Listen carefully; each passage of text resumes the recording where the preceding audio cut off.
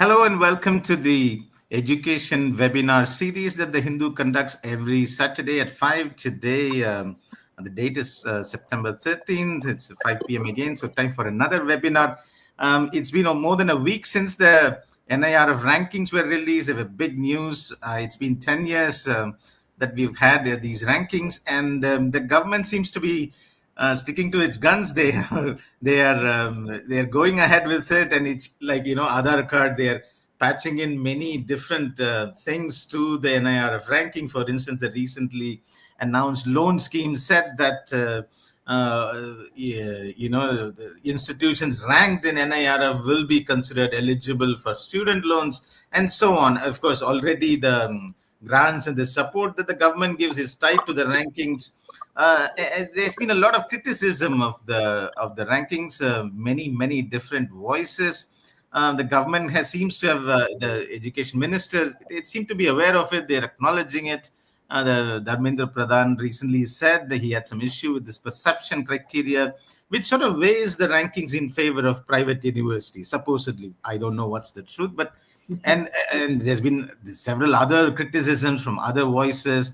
For instance, regarding this whole culture of publish or perish, it seems to have instituted or at least added force to that culture, and one of the consequences we are seeing is there's been an increase in research retractions. There's been an increase in a lot of agencies that try to get your paper published and so on. And there is other criticism. For instance, there is a very serious problem about the diversity and inclusion, that criteria. How much weightage is given? Not much, actually. But there is criticism that the social aspect of it should get some more weightage. And of course, there's other criticism regarding whether these rankings, how much these rankings matter to students making their choices, or student experience, or student outcomes in terms of placement, salaries. They don't seem to figure much. As Professor Rao, who is on the panel, he was telling us that though IIT Madras is ranked number one, for students, it's IIT Bombay. I mean, there's a huge gap in what they prefer, what the top 100 prefer, top 100 in JEE prefer. They prefer IIT Bombay because the pay package is higher, but that's not really counted for NIRF, and so on and so forth. There's been a lot of criticism. We'll voice all that. We'll try and see where we are. Unfortunately, and I should add a caveat, we don't have anyone from the union government here on this panel. We did try, and I mean, it's a caveat. It's a voice that we are missing, but we will try and balance it and see where we are. It's been 10 years. So I request maybe Professor Rao can start the discussion. He can tell us what was the intention of the government. He speaks to the government decision makers. What are they thinking? Where they're going with this, and are they alive to the criticism? Will they make more changes and so on? So I ask Professor Rao. Sir, go ahead. A very good afternoon and hearty welcome to all the participants to today's show. At the outset, I would like to thank the Hindu to take the initiative to start this dialogue. Talking of these rankings, while in India, it's just only 10 years old, all over the world, it is just 100 years old.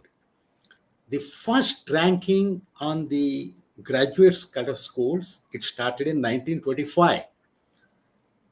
The first report on that, it was a huge report that was focusing on the faculty publications, using that, to rank the graduate schools in United States. Then after that, there was a lot of gap. It was in 1983, one of the large media houses in the US, that is the US News, they started this ranking. And they made it as an annual affair, annual kind of ranking. They started getting into that. But then, that was the kind of a 20th century. But the kind of the real takeoff as far as the university rankings, started in the early 2000. In the 2003, it started with the QS and the Times Higher Education. Initially, that was a collaboration. THE was working along with the QS. But after a couple of years, they have sort of separated. And now the major kind of ranking houses in the world, They are the US essentially, that is QS, and in the Times Higher Education.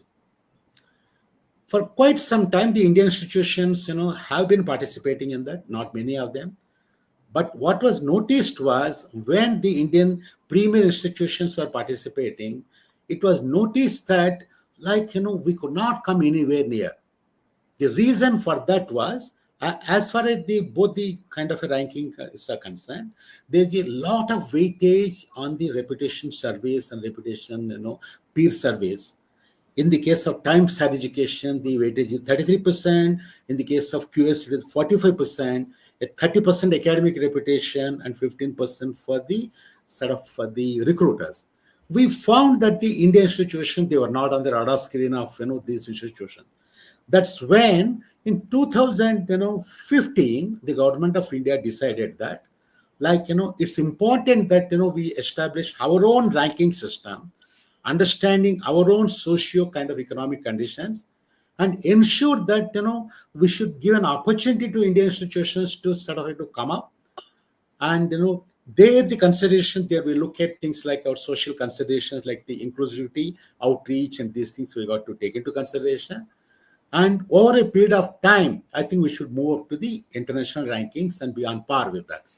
That's how, in 2015, the committee has, ministers have recommended that ministerial committee. And the first ranking was, the announced in 2016. At that time, apart from that, the thinking was we should do the benchmarking of the Indian higher education institutions. At this point of time, we are not looking at the international ones. The primary focus is looking at the kind of Indian kind of, the ecosystem. We are not looking at so much on the internationalization into that. And we are also not looking at, either in terms of the international faculty or in terms of the international students. And, but inclusivity is very important. Then another thing what they said was, the objectives are, one, it should help the Indian students to take decisions with regard to the admissions, the possible faculty members, the recruiters to to see where to recruit the students. And as important as for, it should help the government policy mechanisms and also funding. And the last 10 years, what I have seen is, though we are the youngest in the ranking, we have come a long way in terms of, we started with, a very good base with, 5 parameters and, sub parameters. And, there what we have seen is, the data is captured from 3 sources. And, something like for the teaching, learning, and the resources, we capture the kind of a data from the education institutions, same in the case with the graduation outcomes. And as far as the research publications are concerned, there, the government has been picking up the data from the international sources, from the Web of Sciences and, Elsevier for the Scopus. Then coming into outreach also, it's coming from the institutions. The last parameter, that is the perception for this, the NIRF agency, they conduct a perception survey. From there, they get this of data that is put across into that. So to that extent, I think though young, 10 years, we have done a lot of work. Now the NIRF, it has established a brand by itself. With the result, the students look up to NIRF, when they want to join some institutions. And same in the case with the banks and the the faculty members, they look at NIRF when they want to join, institutions. And the government of India, various policies, either with regard to the research funding or in terms of, the giving, autonomy, there the government has been very actively using this. But at the same time, as Mr. Kalyan Raman has mentioned, so there have been some concerns, some challenges that are there. So definitely, I think, it's up to we got an eminent panel. I think, we need to discuss and see on how to take care of them so that the NIRF becomes, internationally comparable ranking into that. Thank you. We'll come back on that. How can we make it international enough? But we'll have to look at Indian realities too. Does it take into consideration the Indian reality? But that's been a criticism, isn't it? I now ask Dr. Yusuf Akhtar, and he's faculty at the Baba Saheb Bhimrao Ambedkar University in Lucknow, and besides that, he's edits a journal, Nature Springer Journal on microbiology. So he has quite a bit of experience and perspective on dealing with the research aspect. I will also ask him to look at what, in his opinion, has NIRF achieved, what are its achievements, what are the pluses, and also the minuses. Okay, so means introduction part, Professor Rao has covered very well, so I will not go into that. So means okay, we need some kind of metric to compare the institutions, but the problem is it means it is always there is a problem when we are dealing with two kinds of system in higher education. One is philanthropic and the other one is for profit. So basically, when you attach something with like with some numbers or performance indicators, then always means okay. Always when someone is making policy, then they have to think that okay, the stakeholders how they will respond to that particular policy. So I will come to the topic of okay. Means okay, we always see okay there are some structural problems in the design of how to accredit or how to compare evaluate the institutions. So actually, this all whatever related to academia or research, when we want to compare, when we want to evaluate, then always it is a problem because committees or the evaluators they try to seek some shortcut and for shortcuts what they do they look for some number, and as soon as you look for numbers then the respondent or the stakeholders immediately you will see they will start gaming it. Okay, so here the problem is okay, people will say okay, in all around the world globally, every institution or every whatever participant, everyone actually game it. But it's not that simple because then you have to look for what are the motivations. So for example, when any accreditation or any evaluation system higher education institutions established, then first the private partners, because they will that ranking or that rank they will put that as a tag, and for them obviously it is for profit. So if they are very aggressive, so they want to sell their product, and education is product for them. It is not for that's why I started with the philanthropy and for profit.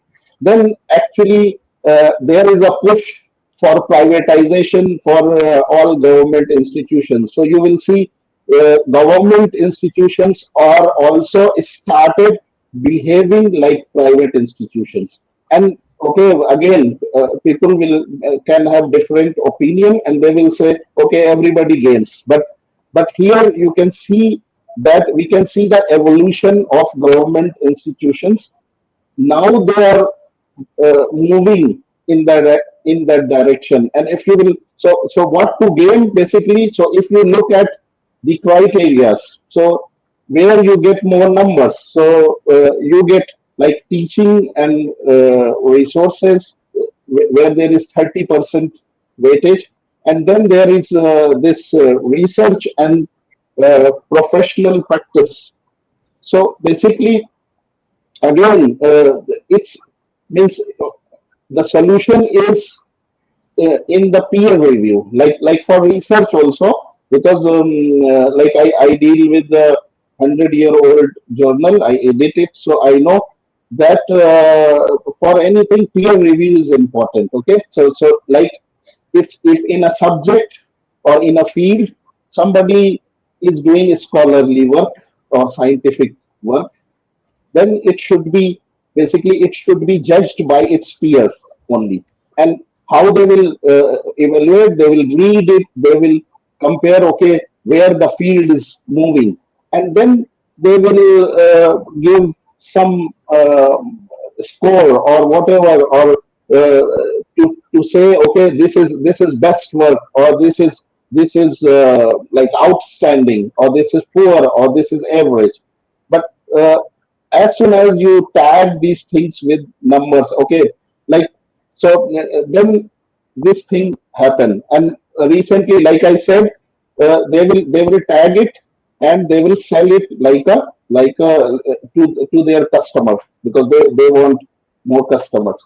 So but recently what happened, everything, all the government money, everything of funding agencies, everything is now linked with the ranking system. So if you have blah blah, you have top 10 in NIRF or A double plus in NAC accreditation, then only you will your funding application will be considered, or you will be kept in some top priority, and then your things will be evaluated. So again, at the end, what we see is these things are the root of all evil what is happening in academia. So now, like I said, if we see the evolution of how the government uh, institutions are behaving. So because of privatization, means because there is a push of privatization, and they say we will make self-sufficient institutions. So they are slowly, because they are asked to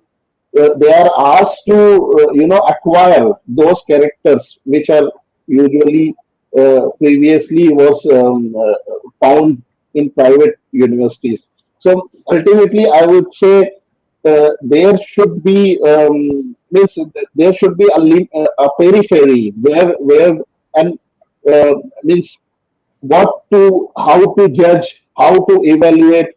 It needs a lot of thinking and a lot of means a lot of thought process to think all the limitations, and then policymakers should decide if they will just copycat some funding, some ranking format, and in recent times we have seen like this first two criteria, the teaching and learning resource criteria, which is 30%. Like we have seen, uh, there are two government institutions, like if I am correct, IIM Mumbai and Andhra University. So they have manipulated these numbers, or they have shown more faculty members than they have regularly they are working there. So similarly, research. Okay, then there are two categories of data in this like NIRF ranking. Some they obtain from the databases, like for research and patent they obtain from directly, and data some data is submitted by the institutions. So of course, like I said, the what are the root causes? So it's all rat race to get more attention, more funding, or more business. So with this, I would say maybe later on we will come to the solutions. So with this, I would like to ask the moderator that please go ahead. Okay, Thank you. thank you. We will come back. We will explore these questions Sure, and also look for counter sure, sure, views too. Achal, go sure. ahead. Tell us. You keep a watch over India's research, dodgy research, I suppose, and you've made several interventions. Why do you think that's important in NIRF, or it shouldn't be? Right. So firstly, yeah, we look closely at research, and as you pointed out, most of a lot of research misconduct. Right. So the very big collateral damage of NIRF rankings or any rankings is that there is too much focus on research. Right. So research parameters, right, they have varying degrees of importance in different rankings, but at least they get 20% of importance. Right. And one thing is that research is easy to measure, and easy to measure, I'm putting it in under quotes, because number of publications and citations is the metric that you use to measure research, right? So that way there is a very nice, easy thing, easily obtainable from databases. It's easy to measure research, but teaching, right, is very, very difficult to measure, right? So uh, teaching does not get measured, and then this incentivizes colleges, right, to kind of ignore teaching. Even professors, right, when they get their appraisals or their recruitment, a lot of it is linked to the number of publications, number of citations, their H index, and all these matrices. But nobody kind of looks at how well they teach and how good they have a rapport with their students. How often do they make their course more modern, more up to date, right? And we see that as an effect, right? The employability of our graduate students is quite low, right? We see that reports, 70% among the graduates and 80% unemployment among the graduates. We keep hearing those reports. And one prime reason is that the focus of a lot of colleges now, at least the ones vying for the top positions, is research, because they know that research makes a big difference in the rankings, right? And I totally share the views with Yusuf, that all this is creating a mad race, right? And research is kind of again a victim of this mad race, right? So uh, one thing I want to say in balance is that creating a ranking is very difficult, right? So if you ask me to create a perfect ranking today, I will not take up that job, because I know that that is probably tough, right? So, but in all fairness as well, right, there are other rankings as well. There are QS, THE, US News, as Professor Rao mentioned, and currently Shanghai rankings is also gaining importance, right? But when we see those rankings and we see the Indian universities ranked in those rankings, we understand that it is, I mean, at least using those rankings to evaluate Indian universities is a joke, right? So, as an example, Times Higher Education rankings last year, right, ranked IISc, Indian Institute of Science, 50th, 50th in research quality in India, right? And I'm not talking about the world. This was in India, right? So when you see those rankings, that then NIF rankings, develop slightly more respect for it, because at least they're not such huge anomalies. So there are a lot of anomalies, a lot of problems that we also talk about. But we have to be fair to NRF that in the Indian context, right, they probably are doing a better job than most of the international rankings, and that's understandable, because international rankings are made for different education systems, whereas Indian rankings take kind of our local uh, structure into account, right? So just this is a disclaimer, right? So that we don't come across as like we are only finding fault with NRF. I think NRF doing is a better job in Indian rankings than other for-profit organizations. Uh, the problem is, while they were launching the rankings, right, a lot of stress was given that the number of universities, Indian universities, in the international rankings is growing, and that is the proof that NIRF rankings is working, right? So just yesterday I saw that THE rankings global chief global officer posted that India is now number 2 in the world in terms of number of universities in the THE rankings, right? But now that is not a measure of quality, right? You can pay and you can be ranked in THE rankings, right? That does not make your university good just because you are ranked, right? Even now, the highest university, Indian university in THE ranking is greater than 200, right? So, having more universities in the THE rankings, which is a for-profit ranking, does not indicate any improvement in quality, and is not should not be a goal that we are working towards, right? So that is one big issue, that we seem to be equating the number of universities in these international rankings as the measure of success of NIRF, and that is, I think, problematic. We should not be going in that direction, because the international rankings have their own issues, right, as I mentioned. More specifically, right, so this year's ranking, NIF 2025, we lauded the rankings, right, before the rankings were released, because they were taking a revolutionary step. They were adding penalty for retractions, right, and no other ranking in the world does this, right? So we were very happy that they have taken cognizance of the fact that there are the retractions, number of retractions in India has increased dramatically over the last 4 years. Currently, India is number 2 in the world, just after China, in terms of number of retractions. Right. So we are glad that they at least took note of this problem and at least on paper implemented the solution. But they had also promised that this year the penalty will be mild, right, and mostly symbolic. But when we look at the data, right, so we also had a list. There was a Professor Lokman Mayo who developed an index called Research Integrity Risk Index. These basically ranks university in terms of problems with research integrity. They found that list finds that a lot of Indian universities have been marked as red flag, which is kind of anomalies in research publication statistics, right? So a lot so that index uses retraction rate, right, which is a retraction rate for the uninitiated. What is a retraction? It's a scientific paper that is published and then it is retracted because it was not deemed correct, right, for whatever reason, to stay in the scientific literature, right? So because of some errors or because of some misconduct, the paper is retracted, right? So among the universities with the highest retraction rates, according to that Research Integrity Risk Index, right, some universities gained like about 7 points, right? The ones which were ranked, very high, highest retraction rates in the world, right? Top 100 highest retraction rate in the world. They actually increased their research score by 7 points, right? Some of them, and some of them also reduced their score by like 5 points, right? So the implementation of the penalty, right? It's not very transparent. It's not very clear, right? Whether which university got how much penalty, right?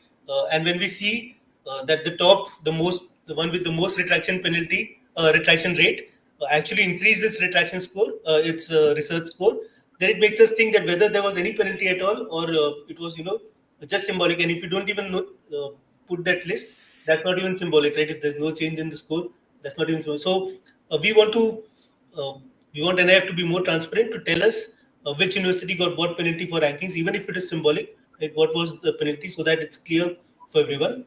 Secondly, right, one big criticism of NIRF, which we also make very often, is that it's inciting research misconduct. Right? So again, we looked at parameter-wise data. Right? So in every parameter, the 5 different parameters, in every different parameters, which university has gained the most and which university has lost the most. Right? So just to have a view of which parameters favored which universities.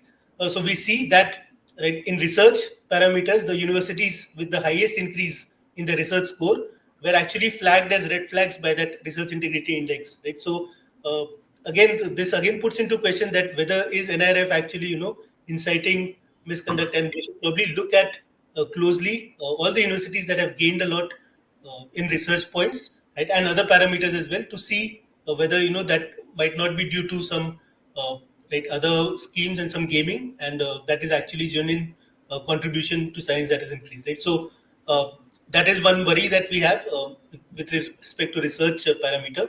Another important thing, and this was mentioned also by others, the teaching and learning resources, right, for 30%.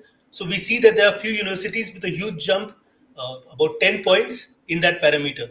When we delve deeper, we saw that the number of professors in that university has increased drastically, right? So one of the universities had 160 professors last year. This year it's 275, right? Now this kind of jump, right?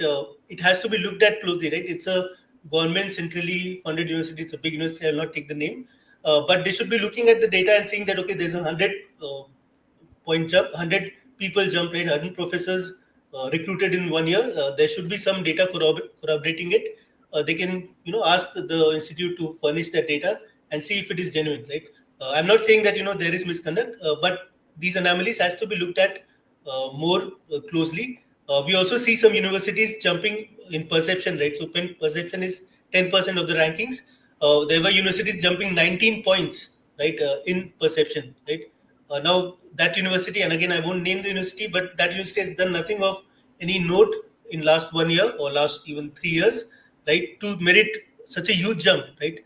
So people should look at, even NRF should look at how did that jump happen? Is that genuine, right? What are the reasons for it? Could they attribute some reasons to it?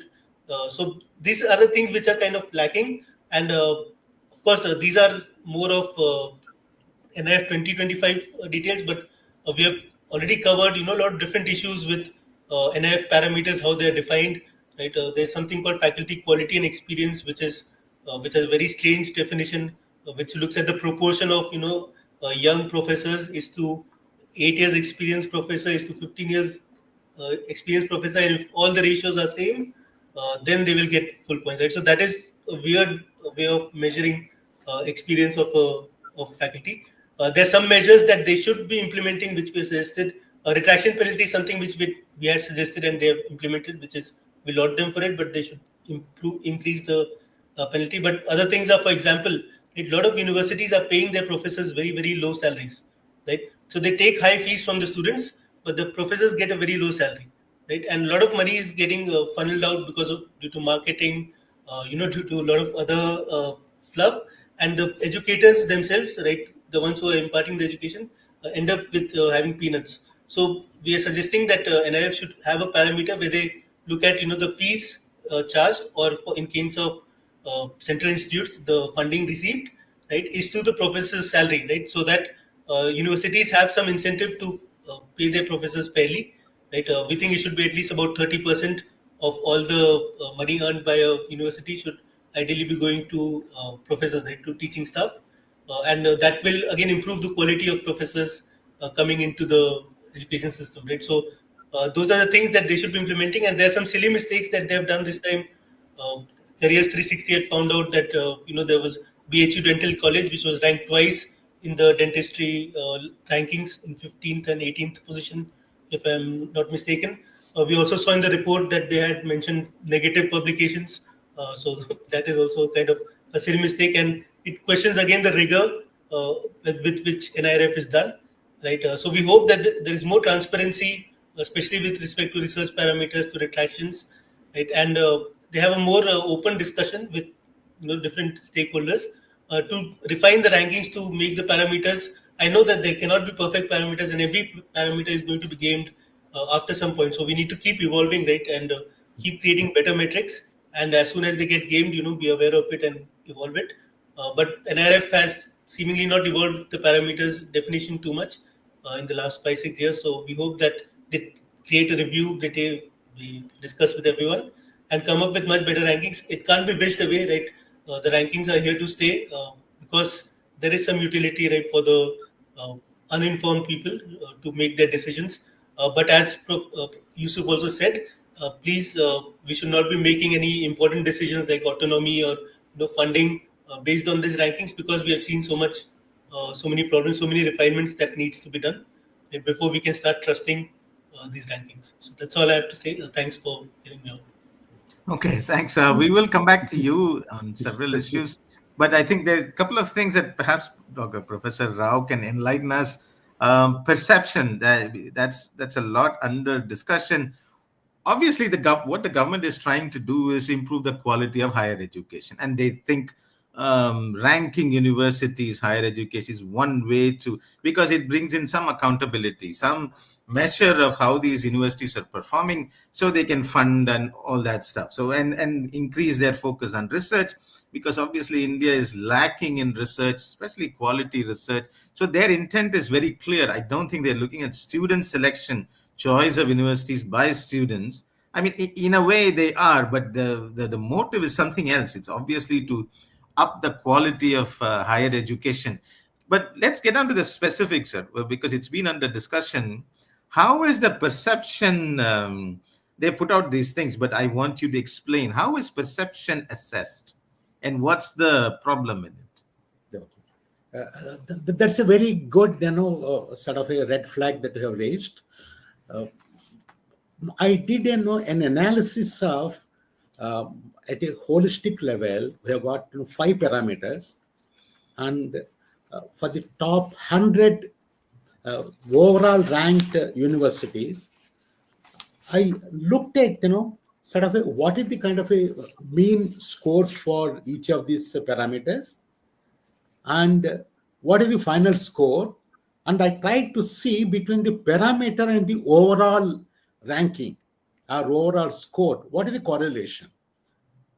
Considering that, like, in fact, the only 10% weightage is given for the perception.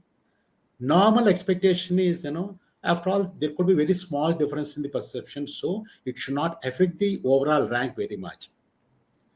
My analysis shows that As for the peer perception, if you look at the top 100 more ranked universities are concerned, the correlation between the rank and the overall kind of a ranking is as high as 0.85.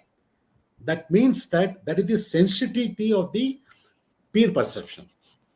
And another thing what I noticed was, out of the 100 if you take, while the IIT Madras has got the highest kind of the score of 100, the lowest score is 0.14. The 0.14, it is given to a private university, it's not a government university. So somewhere, like in fact, sort of Mr. Kalyan was under he was mentioning that, maybe for the peer perception, the government universities are getting affected. That's not correct. In fact, as a matter of fact, what I noticed is, out of the top 20 peer perception, if you take, there are only 3 private universities. The balance 17 are government, central funded.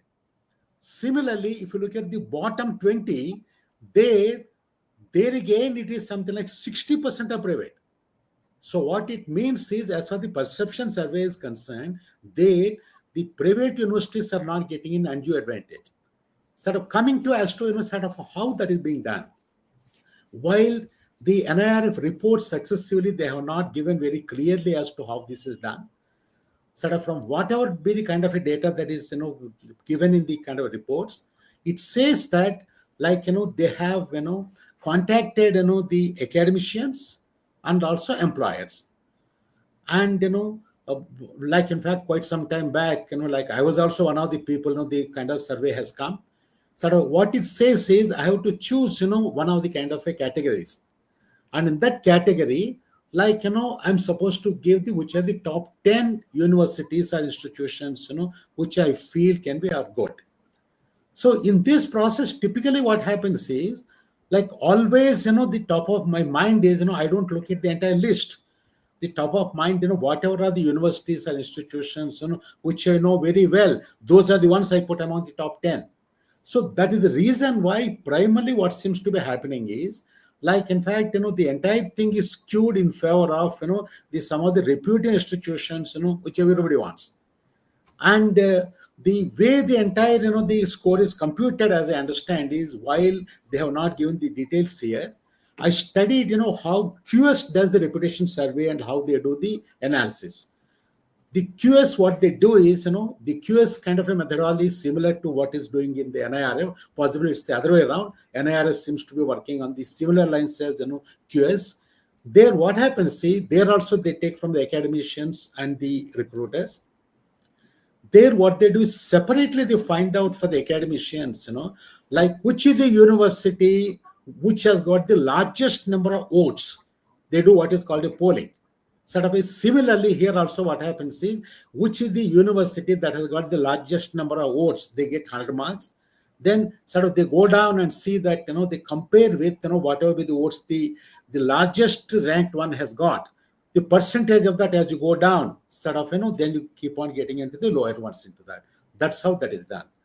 So in this, sort of one anomaly that is there is, sort of maybe the person that is giving the kind of the survey respondent, which location is he there, and which are the other kind of the institution with their ranking, their correlation is not there. And also, like in fact, while in the QS they look at the academicians and recruiters the perception separately. Here, what is done in the our NIRF survey, that's combined. And ultimately, what is the weightage that is given to the academicians and the recruiters, that is not known. The second thing that is noticed is the NIRF report, they also have given, like in fact, the percentage of votes that are polled. If you just see the kind of percentage of votes that are polled, what you notice is the bulk of them, they are in the engineering and management. Engineering as far as the academics are concerned, management as far as the placement is concerned. In the colleges, what you find is, if you compare the percentage of participants and percentage of people that are polled, that is less. So to that extent, while we are doing a survey, a proportionate representation of the percentage of participants, let's say the percentage of people that are voting for that category, That doesn't seem to be there. So I think, while I understand that, the perception survey is very difficult, whether NIRF or QS or anywhere else, but, in QS, typically what they do is when they do this kind of a survey, the number of respondents are higher. There, another thing what they do is they do the geography kind of corrections, to see that, if they are ranking the institutions in that kind of a geography, like they try and sort of link with that, and they do some kind of cross corrections. So that way, as far the perception survey is concerned, for the last, I think, something like 3-4 years, there has been, kind of, people that have been, critical of that. And that is an area where I think, maybe NIRF has to review, relocate the methodology per se. And also transparently, they may have to tell, it doesn't, the report does not say how many people have responded. It simply gives only the percentage of votes. So that is an area where I think the transparency has to increase by giving what is the total number of, the respondents for the academicians and the recruiters. And also typically internationally what they do is, they keep on changing them so that the kind of bias factor is not there. And also people that are, giving the response, if they got any affiliation or any kind of linkages with the institution to that.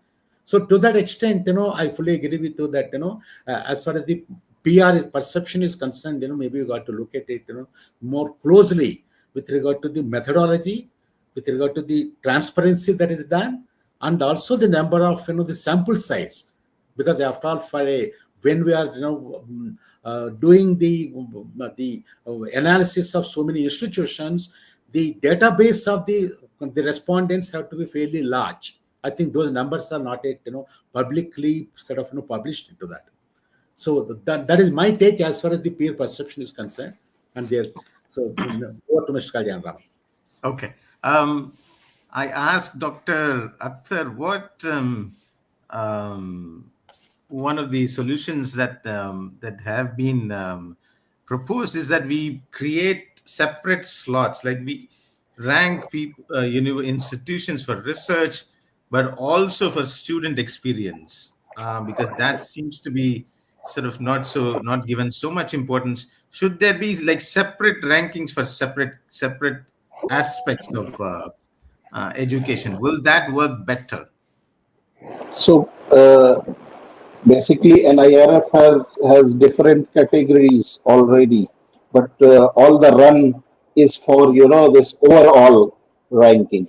So I would say means uh, like in medical colleges previously, like MCI inspections were there, and we have a lot of stories of kind of gaming that inspection, and bribing, and again the same thing, like Dr. Achal has quoted that in this teaching and learning thing, means they have inflated the faculty members numbers, like in the last year ranking it was like 170, and then 100 number jumps, which is basically not possible that they have recruited within 1 year.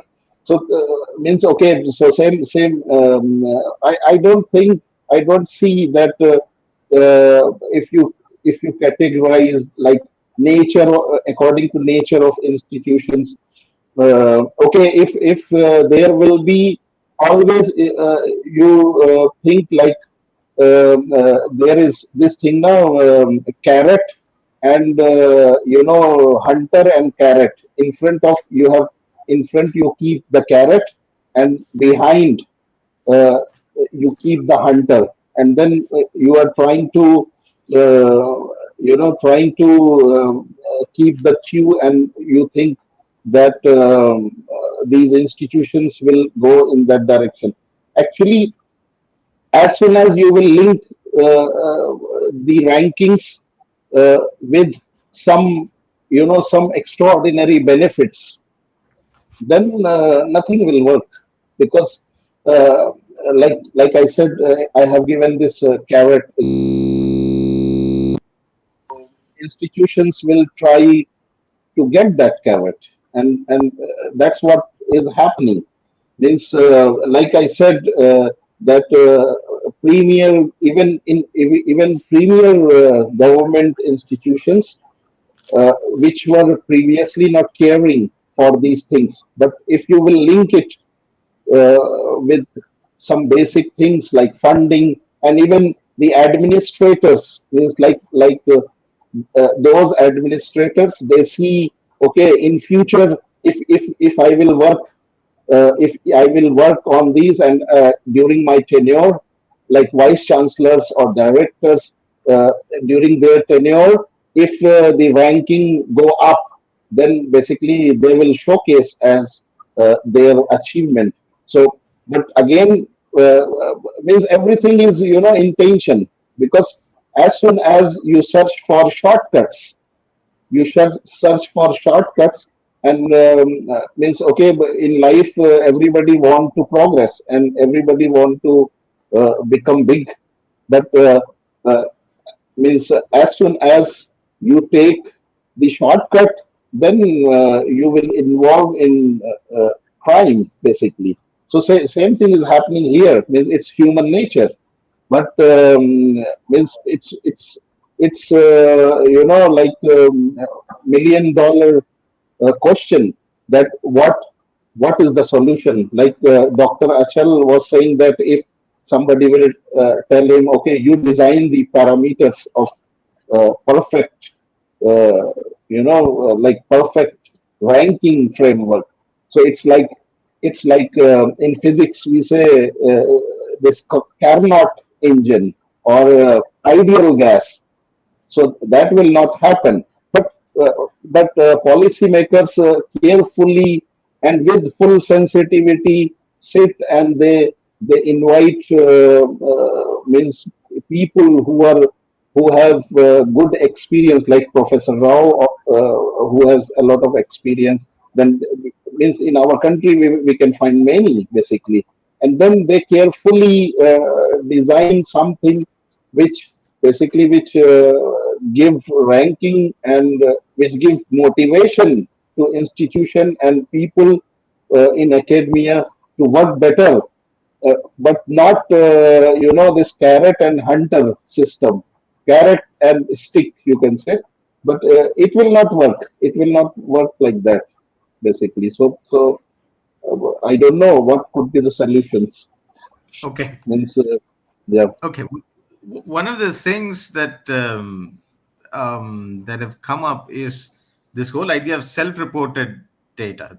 NARF does Yeah. look at various other databases, independent databases, especially for research assessment and so on. But there's also this issue of self-reported data, because I mean, who has the strength and resource to check everything? And a lot of systems do work on the basis of self-reported data. Many things are just what you report. Unless something goes wrong, what you report is taken as the fact. Now, but is that an issue?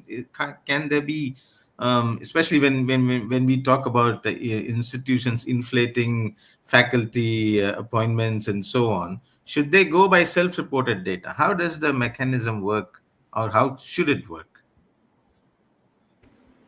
Do you want me So, to respond to that? Anyone, I, all so all could respond. Okay, I will just say one brief thing. Okay, for government institutions, uh, how many people they are recruiting, this is available with the ministry. So, okay, for private institutions, they may not have that data, but for government institutions, even for state universities, because they are drawing salaries from some government agency only, like central universities from UGC, and state universities have different uh, arrangements, but ultimately the data is with the government, either state or the central. But and for private institutions also, there are a lot of kind of data, like tax return, they can track easily. Means, it's not that difficult but okay, means all data they cannot, like placement data, for example, placement data. So I found that means everything, they will call as this outcome, graduation outcome. So and that is not very good. Means like means in funny way, you cannot call pakoda, frying pakoda fries as proper employment, because it should, basically it should match with what kind of degrees or what kind of professional education, or what kind of education they are getting. So it should match that level. But if somebody will crunch data on placement from everywhere, even from government institutions or private institutions, they will find that there is a lot of fudged information in that also. Means some internship, or even means you cannot call that job proper job, and then that will be presented as placement, in the name of placement data.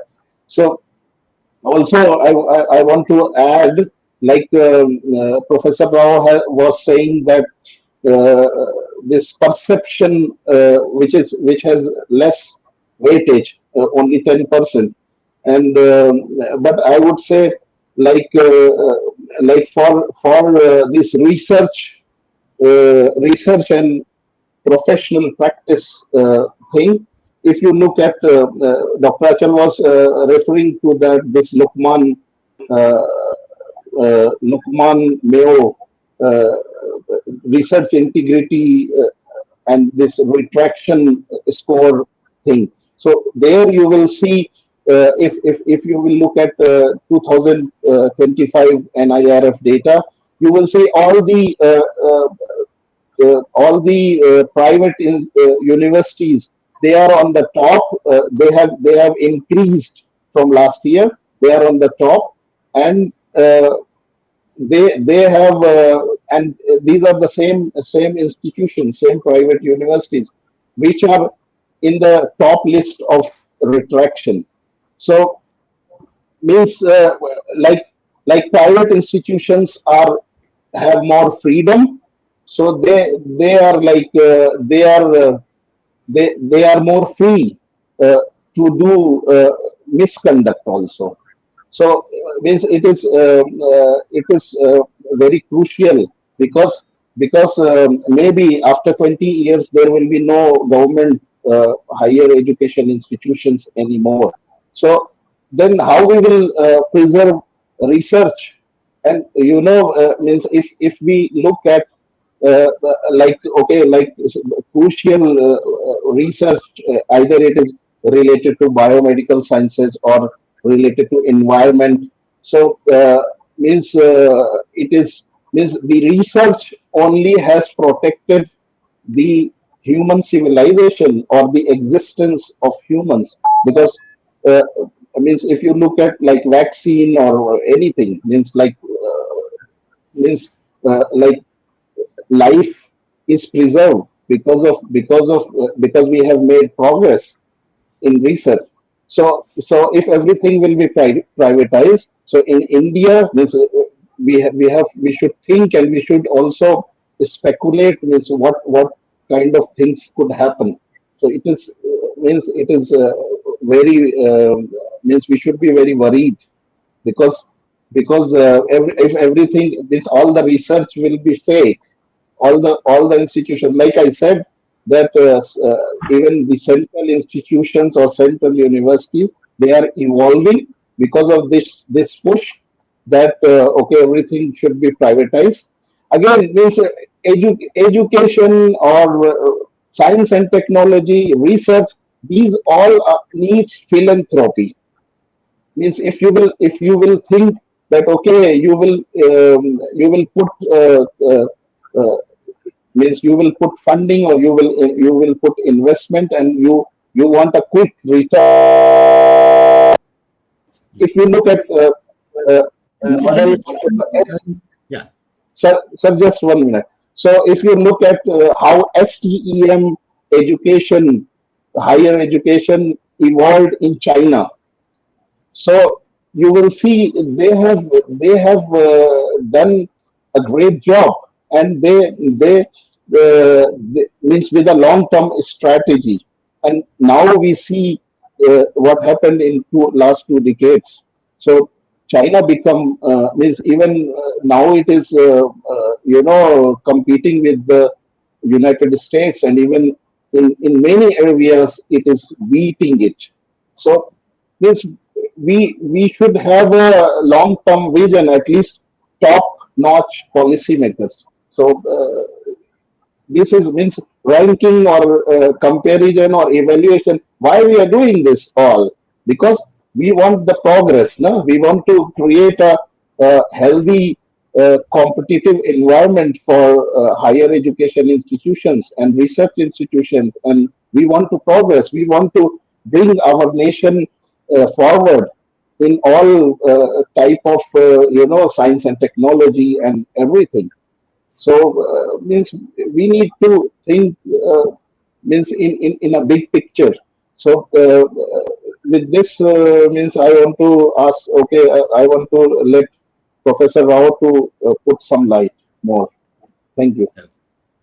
No, thank you very much. I would like to respond to the two queries that you raised, Mr. Kalyan Raman.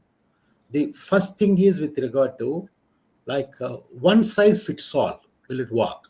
In the sense, right now in the NIRF, while we have got 5 parameters, we come out with one composite score for that with respect to weightages. Right in the beginning, in the introduction, you mentioned one observation with regard to the seat selection for the IITs in the JEE. As far as the joint, the kind of the seat reservation, seat and allocation committee for the 2025, out of the top 100 JEE ranks, 6% of the students preferred IIT Madras. Then 19% preferred IIT Delhi, which is ranked second, and 73% have preferred IIT Mumbai, which was ranked third. The reason for that, as you rightly mentioned, was it is because of the placements. As far as the placements are concerned, last 3 years, the average salary that was offered, at IIT Mumbai, between that and IIT Madras, there was a marked difference. So this brings the point to us that, if for the students to take admissions, one of the important things for a professional education are the placements.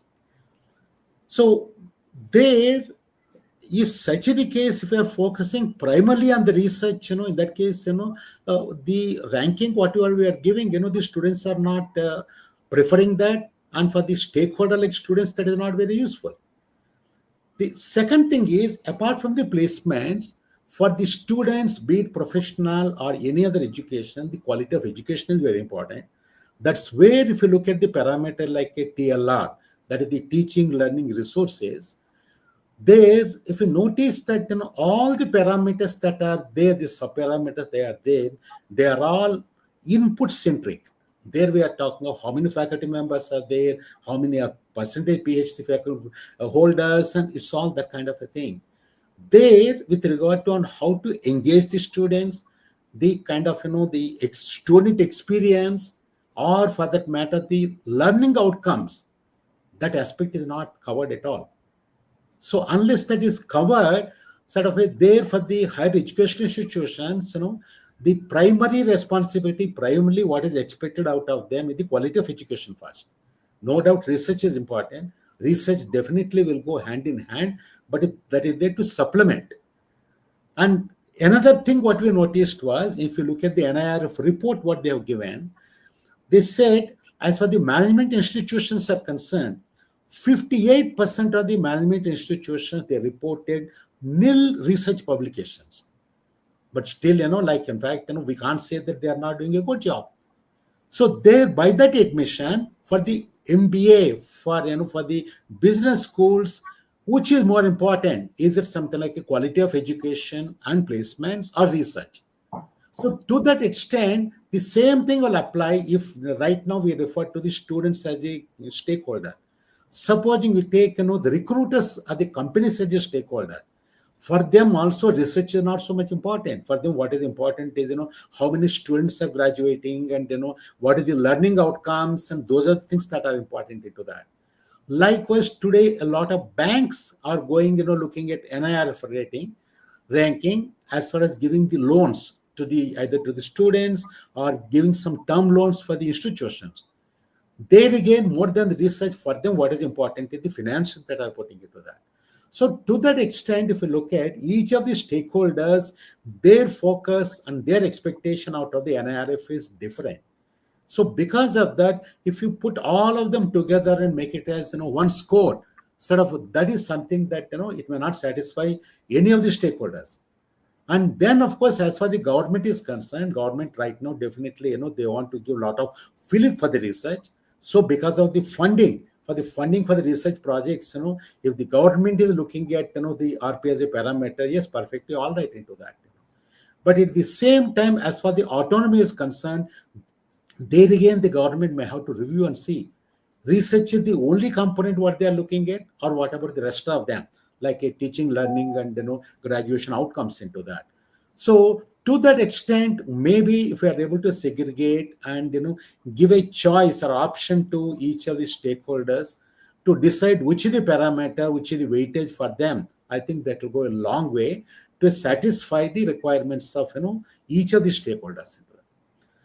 Then the second one that you have queried was with regard to the self-reported data.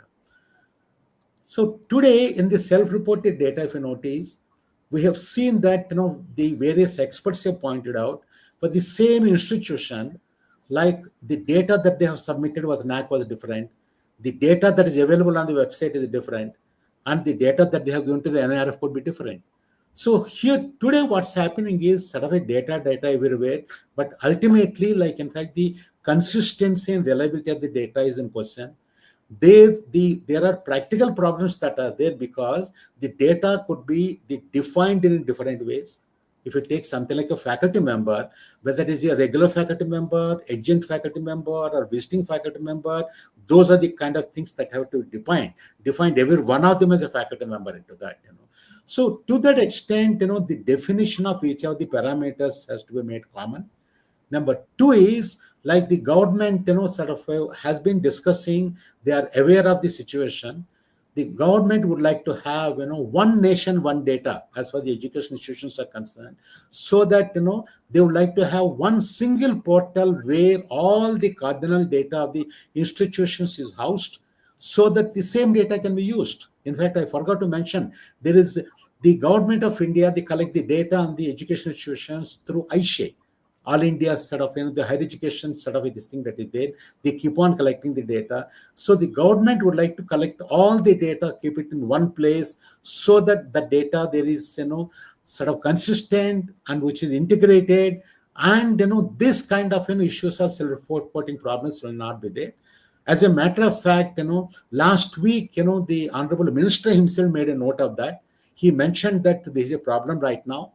He has advised the ministry that at least by the end of the current year, the one nation, one data platform or that kind of a thing, we got to implement it. When once you implement it, the issues that are arising out of, this kind of inconsistent data and self-reporting data problems, a lot of them will go away. But my view is, before this data sort of goes on to that one nation, one data, there have to be some checks and balances so that there has to be some level of auditing for cardinal parameters with regard to the faculty members. Similarly, as far as the placements are concerned today, sort of the IAMs, they're reporting whatever placement data that is reported, they are all certified by third parties. Today, a lot of institutions are doing it in India. So once this kind of a third-party certification is there, sort of then, this kind of any possibility of gaming, that is something that can be avoided. So those are my views. And maybe towards the end, on how to kind of handle this issue, I have got some views onto that, looking at, as such, maybe let there not be a mistaken impression that it's only in India gaming is happening. The gaming of rankings and ratings is happening all over the world.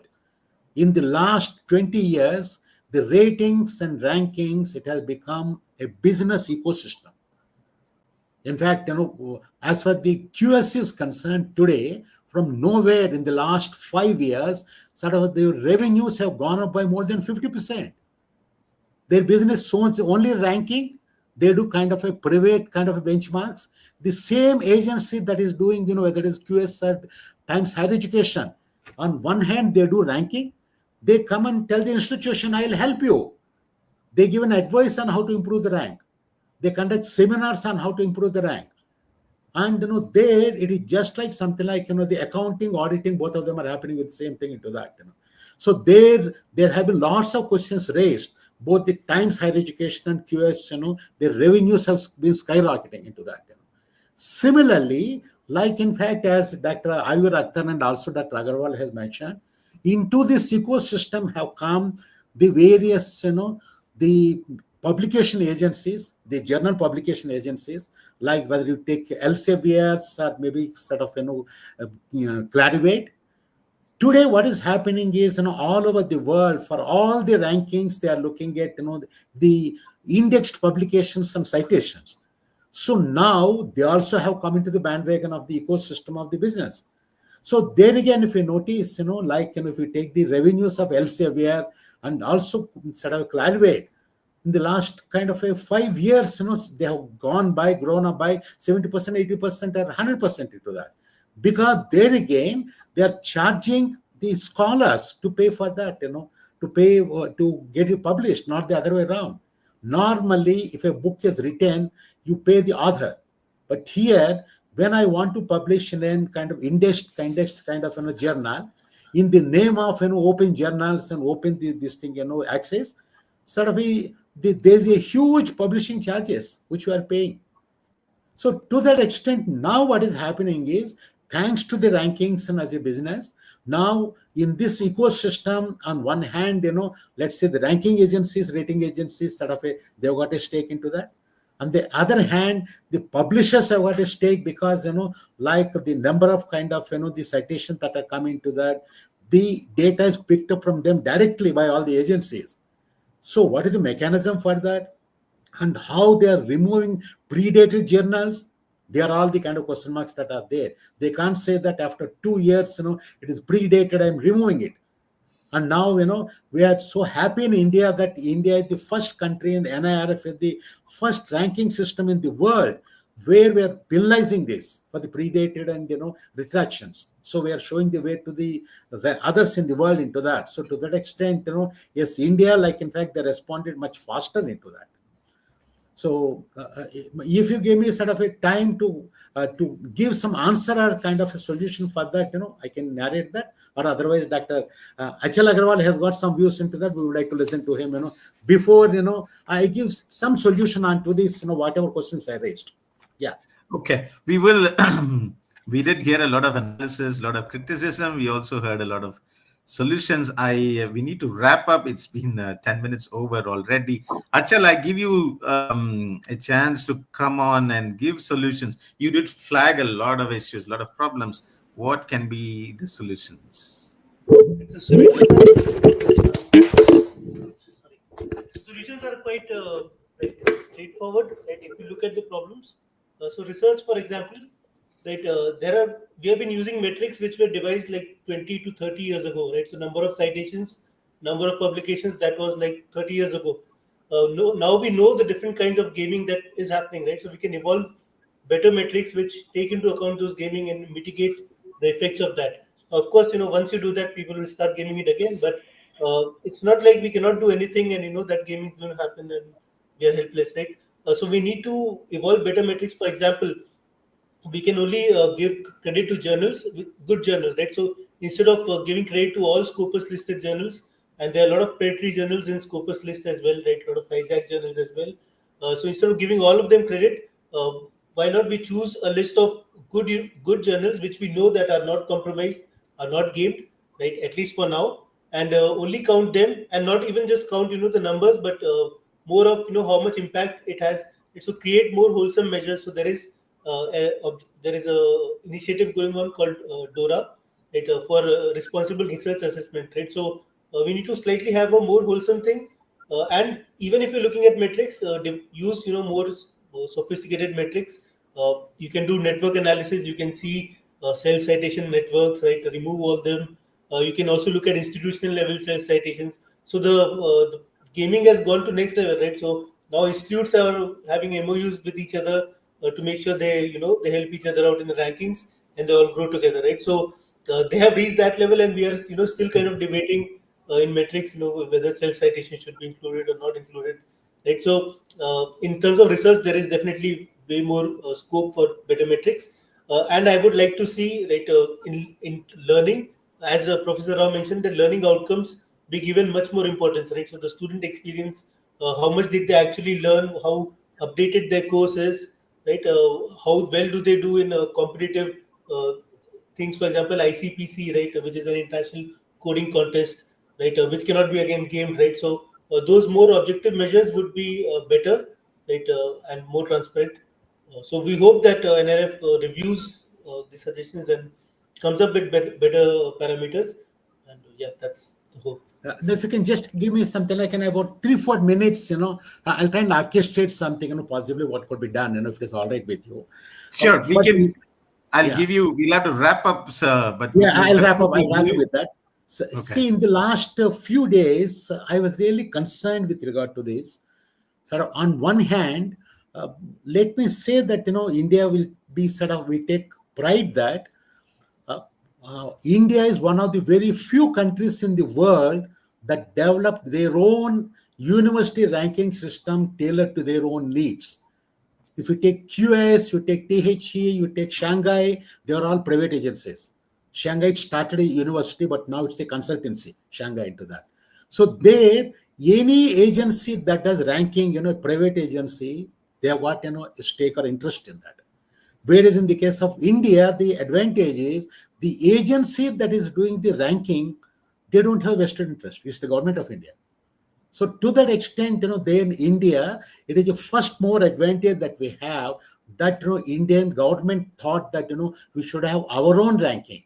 But at the same time, being early in the game, yes, definitely challenges are there. So I was looking at, in fact, as I mentioned, can we have a ranking system wherein instead of giving absolute marks, can we do some grading? Because I remember in my studies when I started out, we used to get absolute marks. Later, when we moved to the grading, the so-called the rat race for marks has come down. We are putting it to a range, something like 80 plus, you get into something like excellent. So then second thing is like, in fact, is there any ranking system which is a precedent where they look at the stakeholders and have, a separate ranking for them instead of giving absolute marks, instead of putting a composite score. So I was pleasantly surprised that apart from India, there is another region that has embarked on their own ranking system. That is the European Union. European Union, like earlier, they were also they were also deploying the QS and the TH and others. Later, they realized that European Union, because it's more of a socialistic kind of this thing into that, and there they realized the requirements are different. They came with something called a U multi-rank. U stands for university multi-rank system. And this is a kind of a system which is user-driven, multi-dimensional ranking. There, what they do is, like in fact, they have got just like they have got 5 parameters. The 5 parameters are, while teaching, learning, and research are common, they got one parameter called the knowledge transfer to the industry and society. Because after all, education cannot be in isolation. Education ultimately, they have to, whatever be the knowledge that is kind of created, they have to transfer to the society and industry into that. That is one parameter they put. They are not specifically talking of consulting research projects.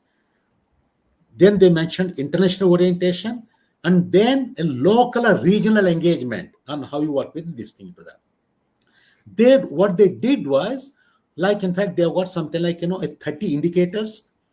And for each of the indicators, they don't give absolute marks. They give a range. They give a grade. A to E, excellent to something like, the average. And there is no composite score at all. For each one of them, the data is available. And this data, any stakeholder, you can sort of take the data, and whatever be the weightage that you want, you can give and make a composite kind of a ranking yourself. Or alternatively, you can take one parameter, you can do analysis yourself. And there, particularly with regard to teaching and learning, one innovation what they have done was, which QS and also the THA and the others have not done. They have been, THA and QS, they have been doing the kind of reputation survey. They are talking to the academicians. Whereas in the case of European Union, what they are doing is they are directly going to the ultimate stakeholder, that is students. There they are not doing survey of the academicians, not the industry. They are doing a student survey. They do huge survey of the students of each of the institutions. I know it's sort of difficult, challenging. There, from the students, they are capturing data, not just in terms of the inputs, but also the process of teaching or learning, how the students are getting engaged, and what are the student outcomes out of that. I'm given to understand that it is giving us giving them phenomenal kind of database to go into reforms and improve the quality of education. Let's all understand, European Union started more or less at the same time. They started this exercise of this uni or university multi-rank into something like the early 2010. And the first pilot they started in something like January 2013. And second pilot they have done 15 to 17. And by 2024, they have ranked 1,650 universities in more than 90 countries and something like 5,000 programs. There, what they have done was they have integrated with their other databases. They've got a database for the Erasmus, ETR, various things. And this entire thing is sort of managed by, there is something called the European Union Higher Education Authority. There I was sort of pleasantly surprised that whatever I was thinking for the last few days, somebody tried out and they implemented, and possibly, like, in fact, I'm not saying that we should copy that. I think somebody can study that from our side and see, like, so that when you go through that, the rat race, of the perception surveys, is less. The scope for so much of a gaming is sort of a less, and for the teaching kind of a learning, there you are capturing directly from the students, and the stakeholders, they can do their own analysis themselves. They are not weighed down by saying that this is the only weightage that is there into that. And if you go through this kind of their website, arising out of that, the Higher Education Authority in European Union, they publish so many reports, not just limited to the ranking. From out of that, they do a lot of analysis about the students, the learning outcomes, and what are the policies, and how to improve all of them to that. So I think this is just a thought I would like to leave. So Interesting, sir. it Very looks like the interesting. European Union is, as it's a lot more diversified than us. In India, at least, we have got, one country, sort of one governance. But their European Union, the complexity is a lot more. The education system, language, politics into that. I think, if they could make something and make it sort of a work, possibly, I think what they decided is, sort of, if you notice that, they are not publicizing unlike Americans, because this again is purely for the European Union. This entire thing for their own, this thing into that. So just a few thoughts I would like to leave it to you, because this is something I came across during today afternoon. I was searching for this kind of a model. Is it available anywhere else into that? What I noticed is all over the world, sort of among the kind of democracies, India is the kind of a first country that developed something. European Union, they have gone a little bit slow. They didn't go whole hog in the beginning. They start with a small pilot with 150 institutions in the first phase. They've gone with more pilot in 15 to 17. They started launching from 2018 onwards whole hog into that. There, what I noticed is another thing what they do is, they do a perspective plan. They do a strategy for the next 3 years. They make an analysis of what has happened kind of a last year or last 3 years. On the basis of that, the parameters, the evaluation, and the entire thing, they rehash the entire thing for the next 3 years into that. 1 year may be too short, 3 years is sort of a fairly medium time. Similarly, here also, in my view, sort of looking at the NIRF, I think, 10 years we have gained a lot of experience. Now I think it's time. I think, the authorities must take feedback, from sort of a people like us, people like the participants of today's, these sessions. And across the country, I think a lot of people can give feedback, academician, from the industry, students, alumni. In fact, alumni, there's no role at all in today's NIRF at all. They must have a lot of stake into that. They have studied there, they can give a lot of feedback. They must take feedback from all of them. And it's sort of a stock taking of 10 years of NIRF. A lot of lessons we learned, and we have a long way to go. The way forward can be decided on the basis of doing, taking a feedback, analysis, coming with a strategy, and say that, yes, we want to become Viksit Bharat. India has got a major advantage into that. So to that extent, the NEP 2020 has lots of targets with regard to 50%, CAGR into that, So looking at that, by 2035, we got to reach there. NIRF can be an excellent vehicle. So for Well this, put, sir. yeah. Well put, sir. We need to wrap up. We've gone Sure. So much thank you over. thank you so much. No, it's I have very- overshot the time into that. Thank you very much. No, it's very interesting that you point out that the European Union has come up with something that sort of reflects their ethos. You're calling it socialist or whatever, democratic, progressive. But certainly the whole idea of student feedback, student perception, alumni feedback, many other things, and how not to have just one rank, but come up with, create a database and then do lots of reports based on that. Very interesting point. Perhaps something that reflects the Indian ethos more could be how, social aspects of higher education institutions. For instance, reservation. How many, we do have the ethos of, trying to sort of set the balance right with quotas and reservation and so on. They could be a criteria. How do we treat the disabled? How are our campuses disabled friendly? Those are questions. Those are, again, social issues, gender participation, equality, and how we treat girl students. Those can be sort of reflective of our ethos too.